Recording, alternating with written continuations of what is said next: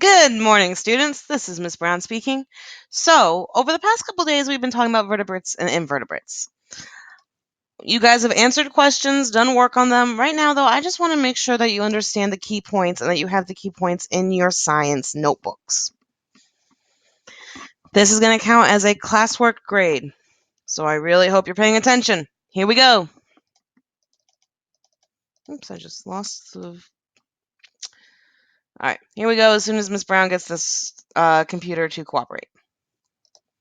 Vertebrates and invertebrates. We're just going to take a few quick notes. That way we just have a basic understanding of vertebrates versus invertebrates. So, the reading up on the screen should look familiar because that is one of the ones that you have done over the past couple days. So the first thing we're going to talk about are vertebrates.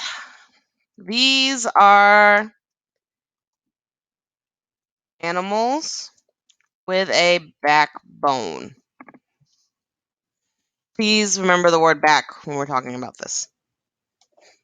All right. Vertebrate. Animals with a backbone. And yes, you should be writing this all down.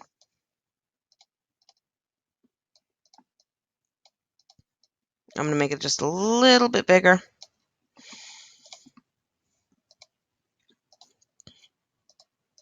All right. So, these bones right here make up your backbone. All right. If you feel the back of your neck, you can feel your backbone or your spine. All right. So, scientists, they put all animals into two categories. You either have a backbone or you don't. Those are our two big categories of animals. So, the animals with a backbone are called vertebrates. They're called vertebrates because each individual bone in the backbone is called a vertebra. So put a bunch of vertebrae together, you got a vertebrate. All right, so as the animal grows, your backbone grows too.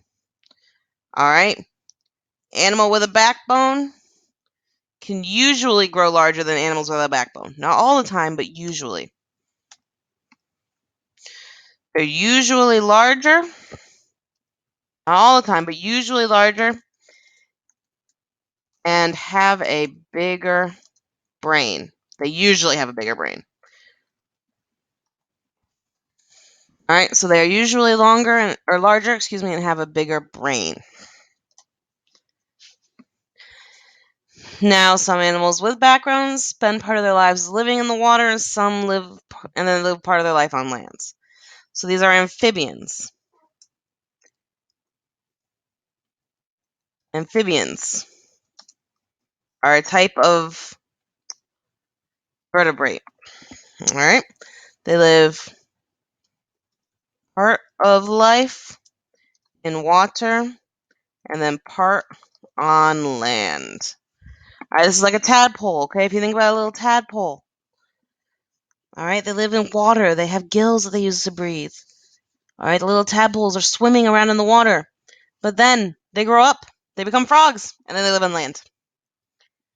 Reptiles, fish also have backbones.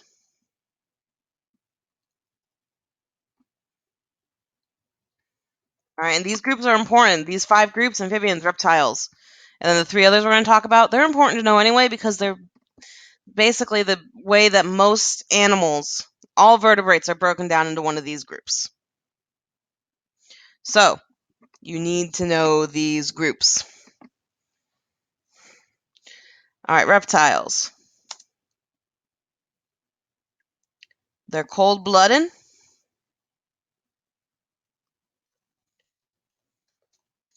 And no, that does not mean that their blood is actually cold. It means that they cannot control their own body temperature. Think about it.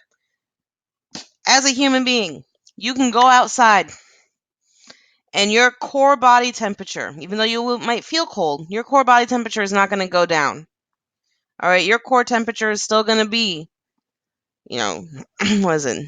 98.6 roughly degrees Fahrenheit. Your body temperature stays that way whether you're in a 50-degree room, 60-degree room, 70-degree room, 80-degree room. All right. In other words, your body doesn't match the temperature outside. Theirs does. All right. Then we have fish, which are also cold-blooded. All right, so reptiles. Oh, I'm sorry. Snakes and lizards are an example.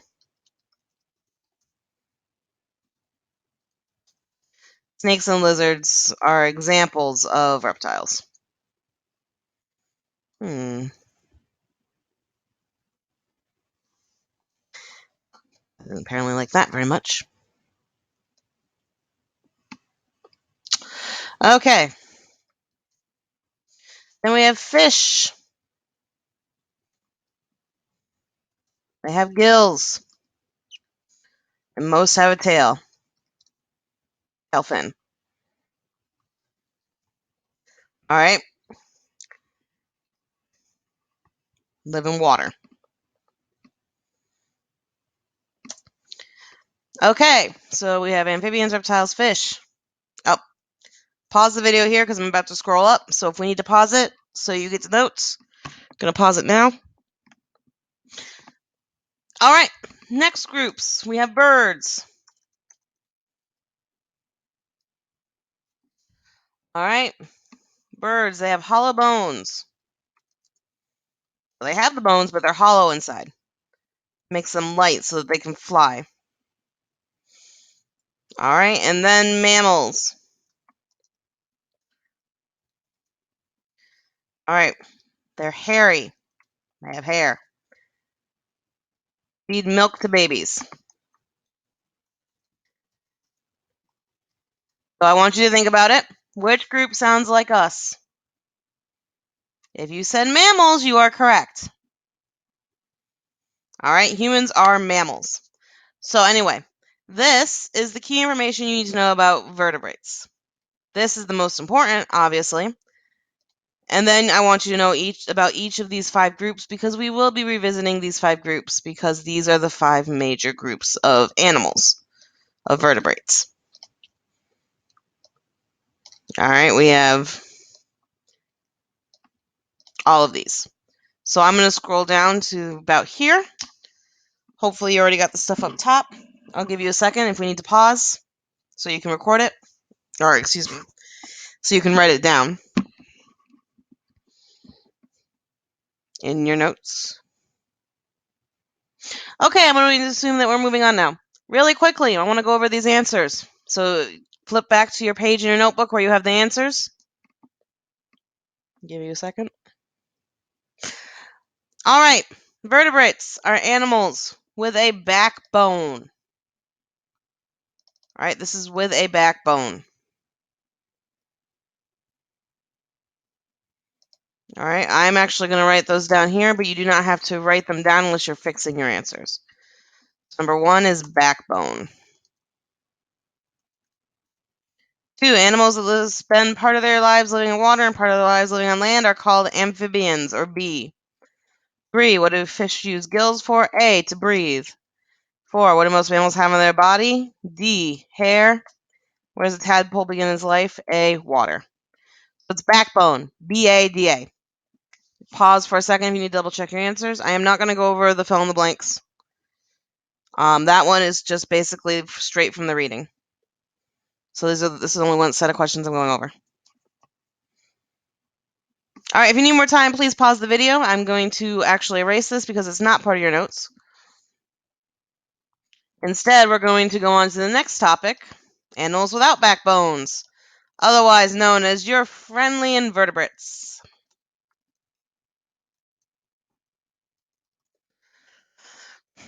All right. Invertebrates. All right. Animals without a backbone. This makes up about 97% of all animals fall into this category, mainly because of insects. All right. They are found everywhere on Earth.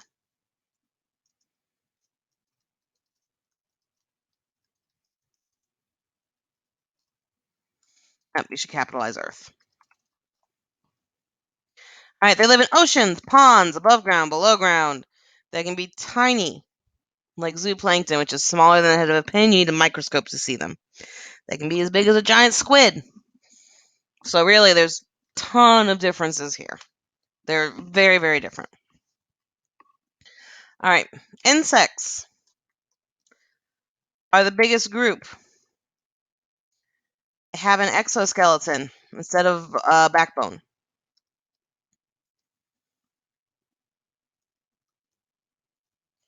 Which is a hard outer covering.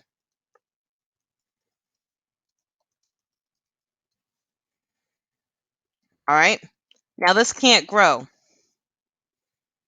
All right, it's the same thing. Think about it if you had a shirt. You know, a shirt you're wearing as an infant. Back when you were born, you had a shirt. And as you got older, were you able to wear the same shirt? You know, could you wear that? Can you still wear the clothes that you wore as a baby? Can you wear them right now? No, the clothes don't grow bigger when you grow bigger. Well, that's the same thing with this exoskeleton. When an insect grows, it has to get rid of its exoskeleton and get a new one. Just like we have to buy new clothes every time that we grow, right? So the exoskeleton doesn't get bigger, so they have to shed it or get rid of it. So they shed their exoskeleton and they get a new one. All right, another example of an invertebrate is a jellyfish. All right, they have no hearts or brain. Yes, they can still survive without a heart or a brain. All right, and that is something that we'll talk about later. All right, but for right now, that's your fun fact for the day, and we'll talk about how they survive at another time. But right now, I want to continue on with this lesson. Starfish. Starfish. It is not a fish.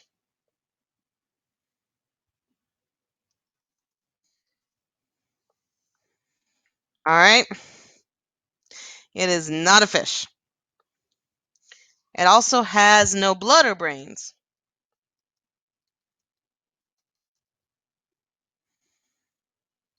All right? And those are just some examples. There are millions more. Millions more of different types of animals without backbones, including all the different insects. All right. Oh, sorry. Before I scroll down, I'll let you have a chance to write that down if you haven't written it down yet. Please do so now. All right, if you need to, you can pause. We're going to continue on. Animals without backbones.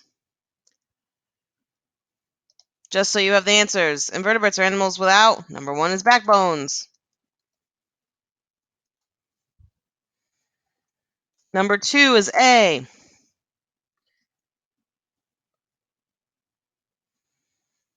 Number 3 has a body that is mainly made up of water. Now, if you don't remember what the answer is, go back up, remember? For example, right here, 90%. And this is a good time to talk about percents. All right, think about if you get a 90 on a test, that means you got most of them right. Yes? Well, that's why when I say 90% water, most of it's water. All right, I should probably explain that a little bit earlier, but that's what this means by 97%. Think about it. If you got 97 on a test, does that mean you got more right or more wrong? It means you got them almost all right, correct? There's only maybe 1 or 2 that you missed. Well, that's how this works. All right? Anyway, going back down. So, the answer for 3 is the jellyfish. 4 is A, sea star.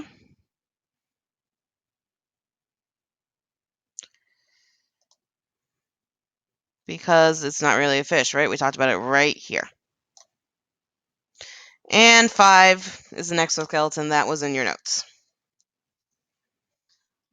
All right, so this is when you're going to check your work from yesterday. Like I said, once again, I'm not going to fill in this. All right, give you a second. Okay, if you need to, you can pause. Otherwise, I'm going to move on. All right, now it's time for a Venn diagram. And this is something you're going to do on your own, and I will check. All right? So for those of you that don't remember what an Venn diagram is, and I know most of you have started one, but just in case,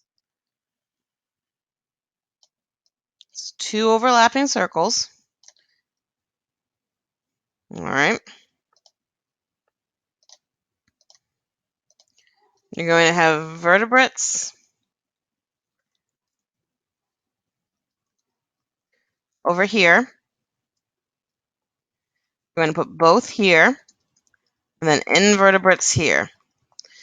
Now you might, when I'm grading this, because I am going to grade this as part of your classwork. Okay? So you need at least one thing here, and at least 4 things on each side. All right, I know I told one of my other classes different numbers, but using these notes here, this is the best combination. Okay, so this is what I want you to do. If you finish the Venn diagram, I want you to answer the following question. This is an extra question for you to do in your notes. A bonus if you finish early. Would you rather have a backbone or an exoskeleton? Why? Give 3 reasons.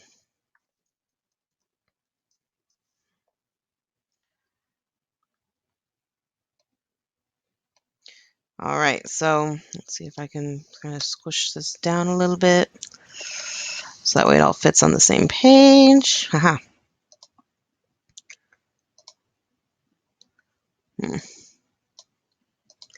Move down my numbers.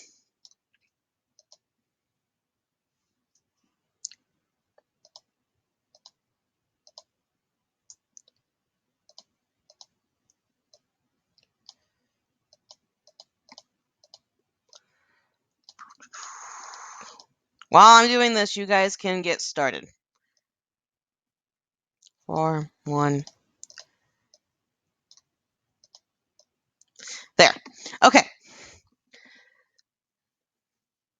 So this is what you're doing. This we can actually scroll back up. I'm going to maximize this. This is what you're doing now. Okay? Any questions, please see me. Otherwise, once you finish that, you should have all your notes and your Venn diagram completely filled out for vertebrates and invertebrates, which means you'll be able to answer what the difference between a vertebrate and an invertebrate is in a future quiz. Hint, hint. All right. Get to work on your Venn diagram, get to work on your bonus question, and go science. And that is the end of this video.